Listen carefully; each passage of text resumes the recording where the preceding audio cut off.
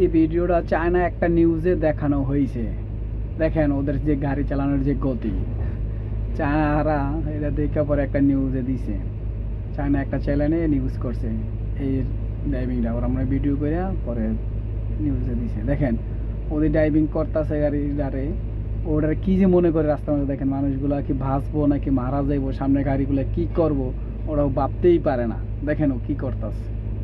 তো এই সমস্ত কোম্পানিগুলার থেকে বা এই সমস্ত ড্রাইভার থেকে সতর্ক থাকা, চলাফেরা করাই ভালো।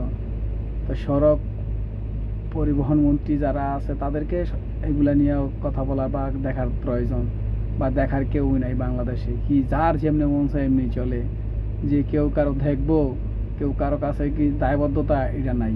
কি অবস্থা দেখেন, কে বাঁচলো কে মরলো তাতে কিছু যায় আসে না, ওদের কোনো দায়বদ্ধতা নাই।